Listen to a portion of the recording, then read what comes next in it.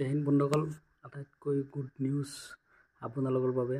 ইতিমধ্যে জাষ্ট নাও আমাৰ অসমৰ সন্মানীয় CM ছাৰ লাইভত আহি অসম পুলিচৰ কামাণ্ডৰ পৰা আৰম্ভ কৰি ABUBৰ পৰা সকলো পৰ্যায়ৰ যিবিলাক এক্সাম হৈ আছে বা হৈ গৈছে, সেই সকলোৰে ৰিটেন টেষ্ট চিলেকশ্যন প্ৰচেছ কেতিয়া হ'ব, এই ভিডিঅ'টোত সম্পূৰ্ণ আপোনালোকে শুনিব পাৰিব। গতিকে ভিডিঅ'টো শেষলৈকে চাব, আৰু যদি আপুনি চেনেলটোত নতুন আহিছে ছাবস্ক্ৰাইব কৰি থ'ব। আহক ভিডিঅ'টো চাই লওঁ। অহাবাৰ পৰীক্ষাৰ বাবে আৰু প্ৰচেষ্টা চলাব, মন বেয়া নকৰিব, আৰু সকলোৱে যিসকলে পাব তেওঁলোকৰ কৃতিত্বক লৈ আমি সকলোৱে গৌৰৱ কৰিম, আৰু যিসকলে নাপাব তেওঁলোকে পুনৰ প্ৰচেষ্টা কৰিম। পৰীক্ষাৰ এটা ৰিজাল্ট ভাল বেয়া দুইটা আহে, তাক লৈ বহুত চিন্তা কৰিব নালাগে। We should take life as challenge. জীৱন প্ৰত্যাহ্বানেৰে পৰিপূৰ্ণ। ৰিজাল্ট আপোনালোকে জানেই, OMRCত আপোনালোকে চায়ে আছে। গতিকে পোৱা আৰু নোপোৱা দুইটাই জীৱনৰ একোটা যাত্ৰাৰ সংগী বুলি আমি ধৰি ল'ব লাগিব। মই এতিয়া আপোনালোকক জনাই থৈ যাম, সাব ইন্সপেক্টৰ আমাৰ UB, AB, কমিউনিকেশ্যন, এই তিনিটা ক্ষেত্ৰত অসম আৰক্ষীয়ে সাব ইন্সপেক্টৰ পোষ্টৰ পৰীক্ষা পাতিছিল। ইয়াত পদ আছিল 203টা।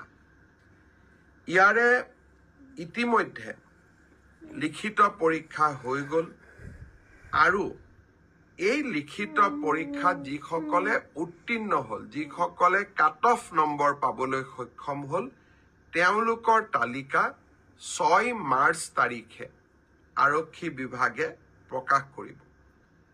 6 মাৰ্চ তাৰিখে লিখিত পৰীক্ষাৰ ৰিজাল্ট হোৱাৰ লগে লগে PST আৰু PET আৰম্ভ হ'ব, আৰু PST আৰু PETৰ এডমিট কাৰ্ড আপোনালোকে 9 মাৰ্চত ডাউনলোড কৰিব পাৰিব, আৰু PST আৰু PET 17 মাৰ্চৰ পৰা আৰম্ভ হ'ব।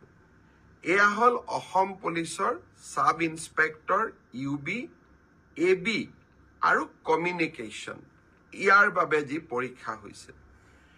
ইয়াৰ পিছত আমাৰ এটা ডাঙৰ পৰীক্ষা হৈছিল কনষ্টেবল।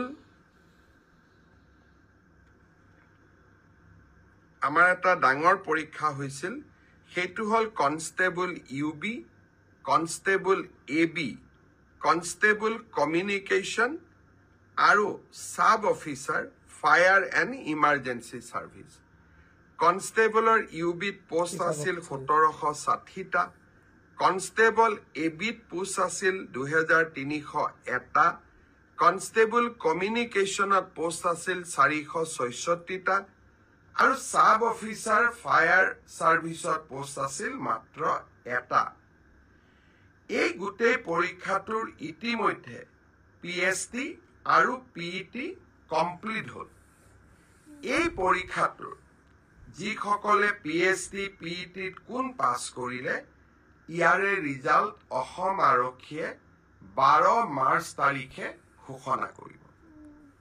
অৰ্থাৎ কনষ্টেবল UB, AB পৰীক্ষাৰ প্ৰথম ৰিজাল্ট 12 মাৰ্চ তাৰিখে প্ৰকাশিত হ'ব। ইয়াৰ পিছত আপোনালোকে নিজেও জানে যে এটা লিখিত পৰীক্ষাত আমি অৱতীৰ্ণ হ'ব লাগিব, আৰু এই লিখিত পৰীক্ষাটিৰ বাবে যিসকলে কাট অফ মাৰ্ক পাবলৈ সক্ষম হ'ব, তেওঁলোকে এডমিট কাৰ্ড 17 মাৰ্চৰ পৰা ডাউনলোড কৰিব পাৰিব, আৰু ফাইনেলি ABUB ৰিটেন টেষ্ট 23 মাৰ্চত অনুষ্ঠিত হ'ব। ইয়াৰ পিছত অসম আৰক্ষীত ড্ৰাইভাৰৰ 667টা পোষ্টৰ বাবে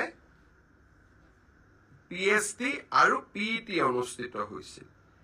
এই ড্ৰাইভাৰৰো PST, PETৰ পৰীক্ষাৰ ৰিজাল্ট অহা পৰহি দিনাখন, অৰ্থাৎ 4 মাৰ্চ তাৰিখে অসম আৰক্ষীয়ে ঘোষণা কৰিব।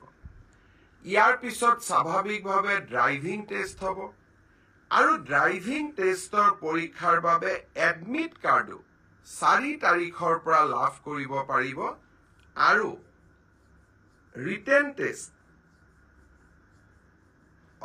ড্ৰাইভিং টেষ্ট ৰিটেন পিছত হ'ব প্ৰথমতে ড্ৰাইভিং হ'ব ড্ৰাইভিং টেষ্ট 10 মাৰ্চৰ পৰা অনুষ্ঠিত হ'ব অৰ্থাৎ 4 তাৰিখে PST PET ৰিজাল্ট দিব এডমিট কাৰ্ডো 4 তাৰিখে দিব আৰু 10 মাৰ্চৰ পৰা ড্ৰাইভিং টেষ্ট হ'ব আৰু ফাইনেলি ইয়াৰ পিছত এটা লিখিত পৰীক্ষাটো আমি APR কৰিব লাগিব এতিয়া মই আহিছো কনষ্টেবল ABCDO অৰ্থাৎ কমান্ডো বেটেলিয়ন এই ক্ষেত্ৰত ইয়াত পোষ্ট খুব কম আছিল মাত্ৰ 164টা পোষ্ট আছিল 164 কাৰণ কমান্ডো বেটেলিয়ন বিলাক নতুন বেটেলিয়ন ইয়াত ভ্যাকেন্সি অহাৰ এতিয়া প্ৰশ্নটো বহুত কম কমান্ডো বেটেলিয়নৰ ৰিজাল্ট আমি আমাৰ কাট অফ মাৰ্কস যেটো PST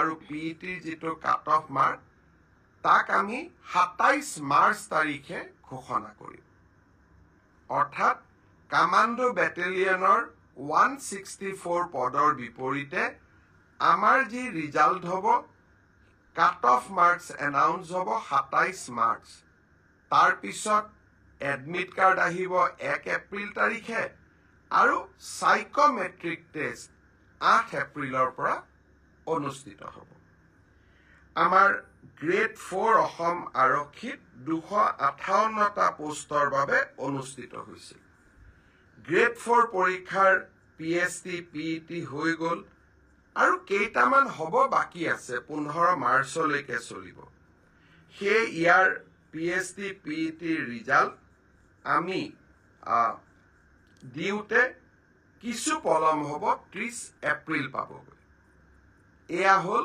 অসম আৰক্ষীৰ সম্পৰ্কত আপোনালোকে জানিব বিচৰা তথ্য ইয়াৰ পিছত বহুত ল'ৰা